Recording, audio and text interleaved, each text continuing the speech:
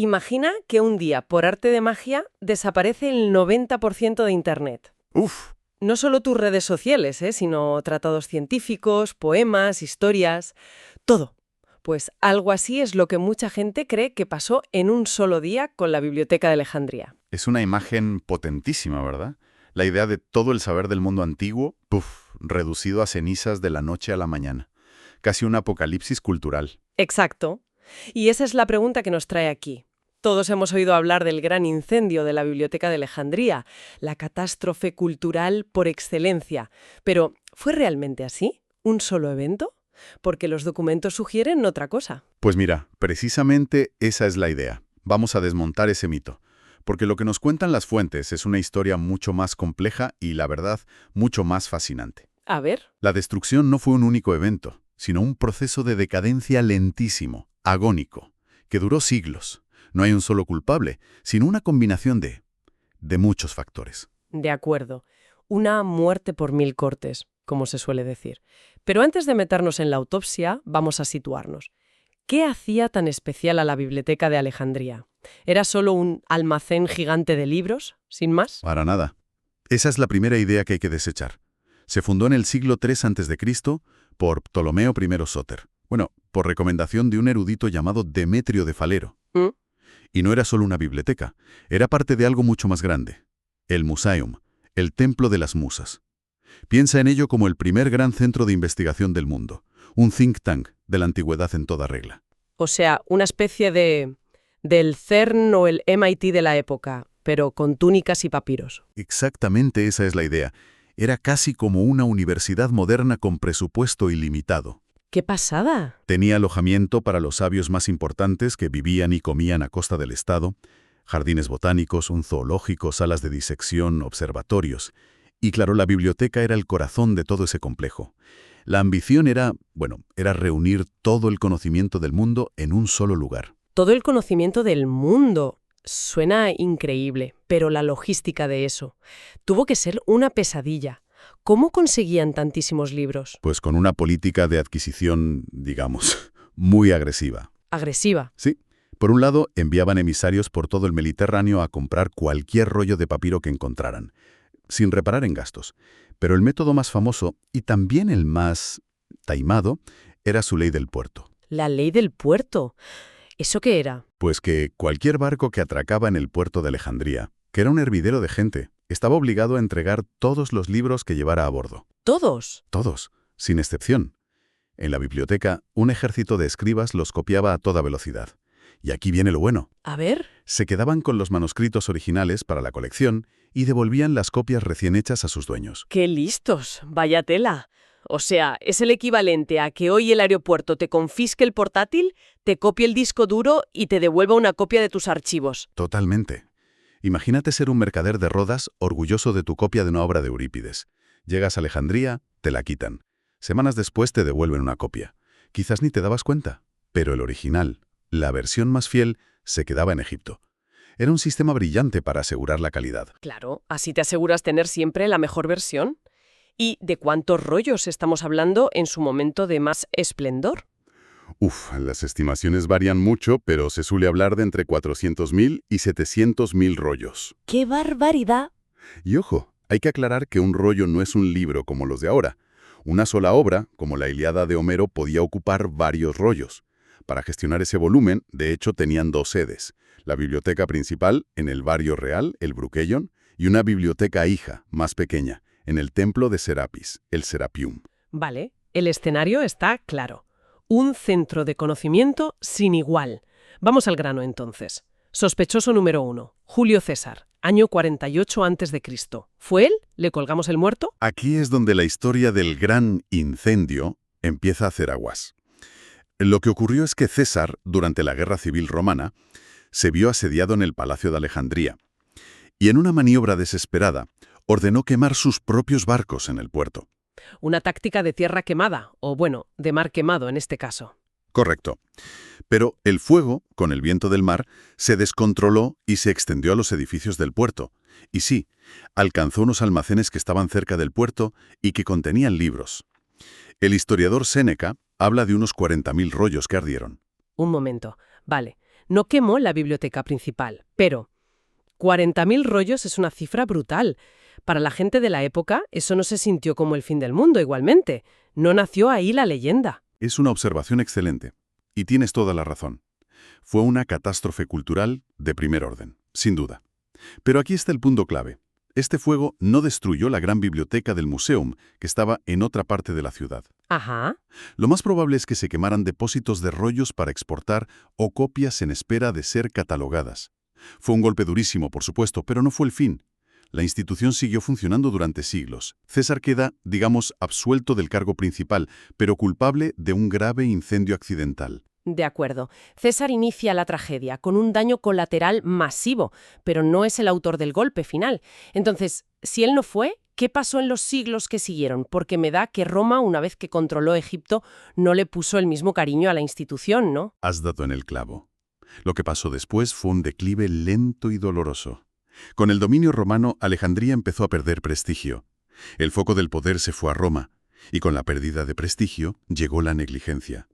Menos dinero, menos interés. El clásico recorte en cultura. El de siempre.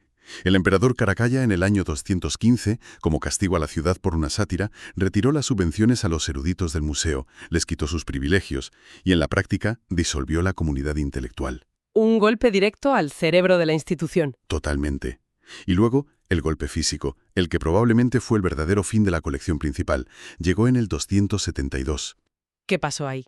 Guerra civil. El emperador Aureliano luchaba contra la reina Zenobia de Palmira.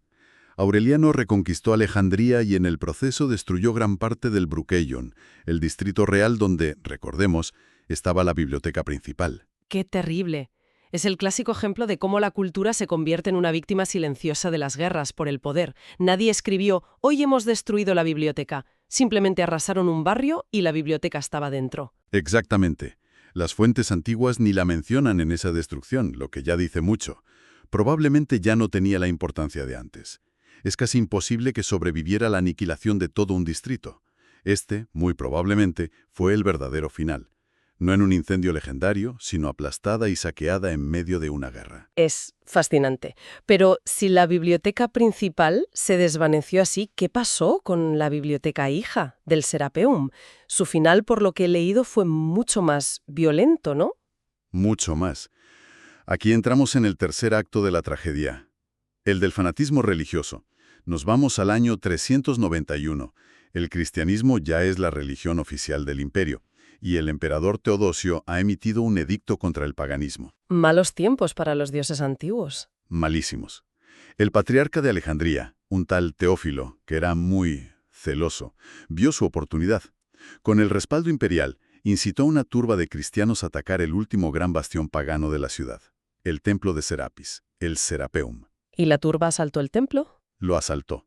Destruyó las estatuas, lo saqueó todo, y por supuesto, dentro del Serapeum estaba la biblioteca hija. Y supongo que para esa gente los rollos no eran conocimiento, eran artefactos paganos, parte de la herejía que había que purgar. Precisamente, no hay un relato detallado, pero es impensable que los respetaran. Fueron destruidos o dispersados.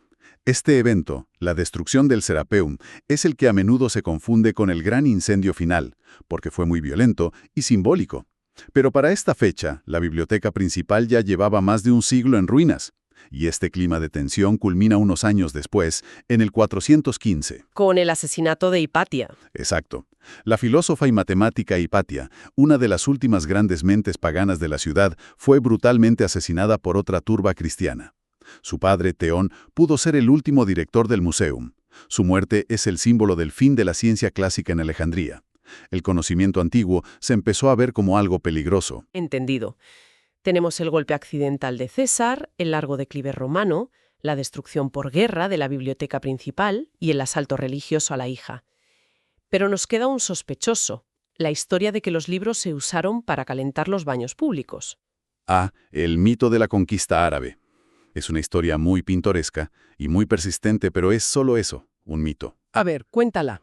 La leyenda dice que en el 642, cuando los árabes musulmanes conquistaron la ciudad, el general Amr ibn al-As encontró la biblioteca y le preguntó al califa Umar qué hacer con los libros. Y la respuesta fue la famosa frase. La famosa frase. Si estos libros están de acuerdo con el Corán, no los necesitamos, y si se oponen al Corán, deshazte de ellos.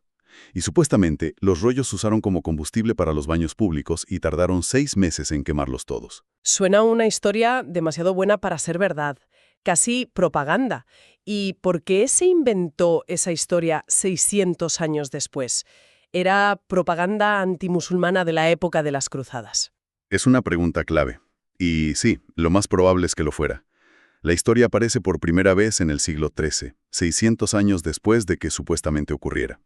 No hay ni una sola fuente contemporánea, ni cristiana ni musulmana, que lo mencione. Claro. Pero la prueba definitiva es que un historiador cristiano, Osorio, ya certificó en el año 417, más de 200 años antes de la llegada de los árabes, que los armarios de la biblioteca estaban vacíos de libros. Sencillamente, para el siglo VII ya no había nada que quemar. ¡Qué increíble! O sea que no hubo un solo villano. Fue una tormenta perfecta de guerra, negligencia, fanatismo. Entonces, si no fue un solo incendio, ¿qué es lo que se perdió de verdad?